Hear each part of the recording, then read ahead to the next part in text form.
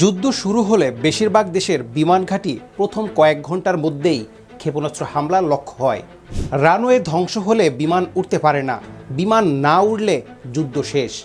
কিন্তু যদি পুরো বিমান ঘাঁটি পাহাড়ের ভিতরে লুকোনো থাকে, চীন ঠিক এই কাজটি করেছে এবং এত বড় মাত্রায় করেছে যে হাডসন ইনস্টিটিউটের গবেষকরা বলেছেন এই নির্মাণে যত কংক্রিট ব্যবহার করা হয়েছে তা দিয়ে ওয়াশিংটন ডিসি থেকে শিকাগো পর্যন্ত একটি 4 লেনের মহাসড়ক তৈরি করা যেত। আর পেন্টাগনের কাছে সবচেয়ে বড় সমস্যা হলো এই সব কাঠামোর ভেতরে ঠিক কতটি বিমান আছে তা স্যাটেলাইট দিয়ে পুরোপুরি দেখা যায় না। আজকের ভিডিওতে আমরা জানবো আধুনিক যুদ্ধে বিমান ঘাঁটি কেন প্রথম টার্গেট হয়, চীন কেন মাটির নিচে আর পাহাড়ের ভেতরে এত বিশাল বিনিয়োগ করেছে, এই লুকোনো নেটওয়ার্ক আসলে কিভাবে কাজ করে, কোন বিমান সেখানে রাখা হচ্ছে, আমেরিকার সত্যিকারের ভয় কোথায় এবং তাইওয়ান যুদ্ধ শুরু হলে প্রথম 72 ঘন্টায় ঠিক কি ঘটতে পারে। তো চলুন শুরু করা যাক। প্রথমেই বুঝতে হবে এয়ার সুপিরিয়রিটি বা আকাশ আধিপত্যের ধারণাটা। আধুনিক যুদ্ধে যে পক্ষ আকাশ নিয়ন্ত্রণ করে সে পক্ষ মাটিতেও এগিয়ে থাকে, কারণ বিমান থেকে ট্যাঙ্ক, সেতু, রসদ লাইন সবকিছু ধ্বংস করা যায়।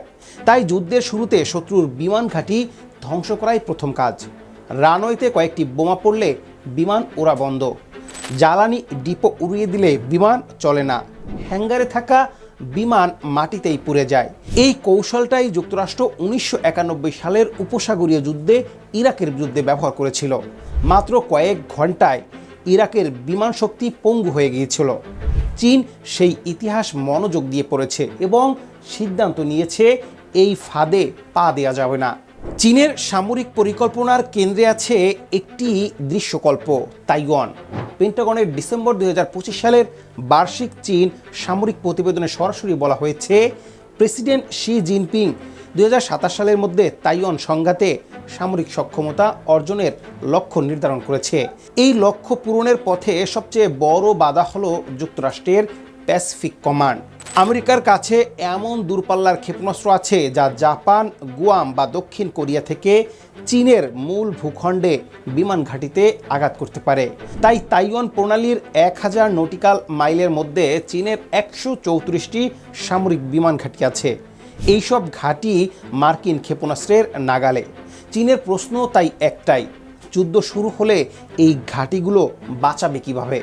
এই প্রশ্নের উত্তর হলো চীনের সবচেয়ে গোপন সামরিক কৌশল। পাহাড়ের ভেতর দিয়ে বিশাল টানেল কেটে তৈরি করা হয় আন্ডারগ্রাউন্ড হ্যাঙ্গার।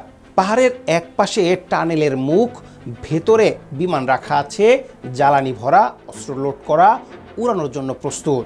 পাহাড়ের অন্য পাশে বা আশেপাশে রানওয়ে, সংকেত পেলেই বিমান টানেল থেকে বের হয়, সরাসরি রানওয়েতে, সরাসরি আকাশে।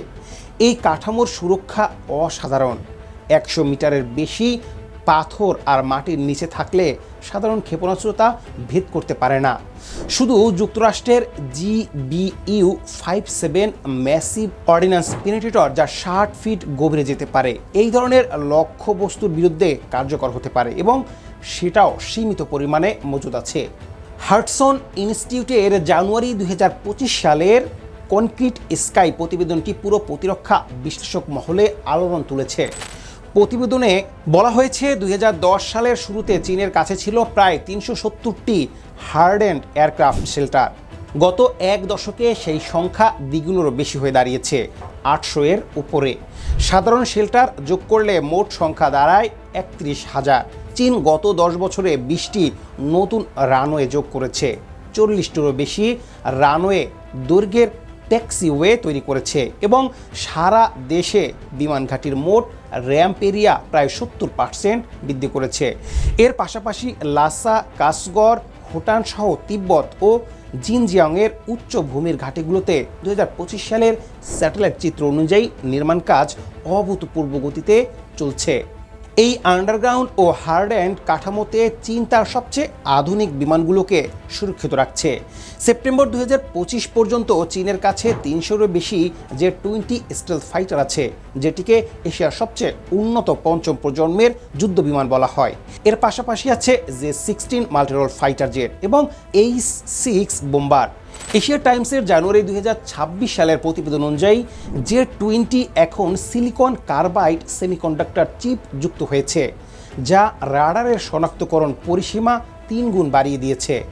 নভেম্বর 2025 সালে চীন প্রথমবার জে-20 এবং জে-1 মানববিহীন যুদ্ধ বিমানের যৌথ অভিযানের মহড়া দিয়েছে, যাকে বিশেষজ্ঞরা বলছেন ভবিষ্যতের যুদ্ধের রিহার্সাল। এখন প্রশ্ন হচ্ছে, আমেরিকা কেন চিন্তিত? ওয়াশিংটনের জন্য এই পরিস্থিতি দুটো কারণে বিশেষ উদ্বেগের। প্রথমত, স্বচ্ছতার সমস্যা। আন্ডারগ্রাউন্ড টানেলের ভেতরে কতটি জে-20 লুকোনো আছে স্যাটেলাইট ইমেজ থেকে তা নিশ্চিত করা যায় না। প্রথম আঘাতে কতটি বিমান ধ্বংস হবে আর কতটি বেঁচে থাকবে তা আগে থেকে হিসাব করা কঠিন। দ্বিতীয়ত, আমেরিকার নিজের দুর্বলতা। একই হাডসন ইনস্টিটিউটের প্রতিবেদনে বলা হয়েছে, ইউএস মিলিটারির প্রশান্ত মহাসাগরের ঘাঁটিগুলো, জাপানে লৌকুনি, ভারত মহাসাগরে দেউগো, এমনকি ভার্জিনিয়ার ল্যাঙ্গেল এয়ারফোর্স বেস মাত্র 10টি ক্লাস্টার মিউনিশন ওয়ারহেড সম্পূর্ণ ক্ষেপণাস্ত্র পুরোপুরি অকেজো করা সম্ভব। অর্থাৎ চীন যখন নিজেকে সুরক্ষিত করছে, আমেরিকা তখনও উন্মুক্ত রানওয়েতে বিমান রাখছে। পেন্টাগনের ডিসেম্বর 2025 সালের প্রতিবেদন এবং এশিয়া টাইমসের বিশ্লেষণ মিলিয়ে একটা সম্ভাব্য চিত্র দাঁড় করানো যায়। প্রথম দিন, পিএলএ রকেট ফোর্সের ব্যালিস্টিক ও হাইপারসনিক ক্ষেপণাস্ত্র তাইওয়ানের রাডার, বিমান ঘাঁটি ও কমান্ড পোস্টে হামলা চালাবে। একই সঙ্গে মার্কিন ঘাঁটিকে হুমকি দিতে ক্ষেপণাস্ত্র মোতায়েন হবে। দ্বিতীয় দিন, পাহাড়ের টানেল থেকে বের হবে জে-20 স্টেলথ যুদ্ধ বিমান। প্রথম হামলায় যেগুলো ধ্বংস হয়নি সেই স্কোয়াড্রনগুলো আকাশে উঠবে। তৃতীয় দিন, যদি যুক্তরাষ্ট্র হস্তক্ষেপ করে তাহলে শুরু হবে প্রকৃত আকাশযুদ্ধ। আর ঠিক এই মুহূর্তে চীনের লুকানো বিমানগুলো হয়ে উঠবে সবচেয়ে নির্ণায়ক শক্তি।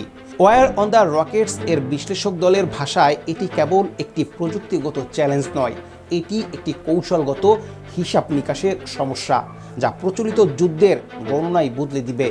এই ভূ রাজনৈতিক উত্তেজনা বাংলাদেশের কাছে নিছক দূরের খবর নয়। তাইওয়ানের সেমিকন্ডাক্টর শিল্প বিশ্বের প্রযুক্তি সরবরাহ শিকলের মেরুদণ্ড। তাইওয়ান প্রণালীতে যুদ্ধ মানে সেই সরবরাহ বিচ্ছিন্ন, যার ধাক্কা লাগবে বাংলাদেশের পোশাক শিল্পের মেশিনারি থেকে শুরু করে মোবাইল ফোনের দাম পর্যন্ত। এর সাথে চীন বাংলাদেশের সবচেয়ে বড় আমদানির উৎস। মোংলা বন্দর উন্নয়ন থেকে শুরু করে অবকাঠামো, ঋণ পর্যন্ত সম্পর্ক গভীর। এই উত্তেজনা বাড়লে বাংলাদেশকে ভারসাম্যের এক অত্যন্ত কঠিন খেলা খেলতে হবে। এক পাশে চীন, অন্য পাশে যুক্তরাষ্ট্র ও পশ্চিমা অর্থনৈতিক অংশীদার। চীনের সবচেয়ে বিপজ্জনক অস্ত্র হয়তো কোনো নতুন ক্ষেপণাস্ত্র নয়, হতে পারে এমন বিমান ঘাঁটি যেগুলোকে ধ্বংস করাই শত্রুর জন্য সবচেয়ে কঠিন। 3100 এর বেশি শেল্টার, পাহাড়ের ভেতরে লুকানো টানেল হ্যাঙ্গার, তিব্বত থেকে জিয়ানজিয়া পর্যন্ত সক্রিয় নির্মাণ, এই পুরো নেটওয়ার্কই চীনের আসল হিডেন পাওয়ার। কিন্তু একটা প্রশ্ন থেকে যায়, প্যাসিভ ডিফেন্স আর লুকানো শক্তি দিয়ে যুদ্ধে জেতা যায় না, জেতা যায় শুধু প্রতিরোধ করে। চীন কি শুধু টিকে থাকার জন্য তৈরি হচ্ছে, নাকি প্রথম আঘাত হানার জন্য?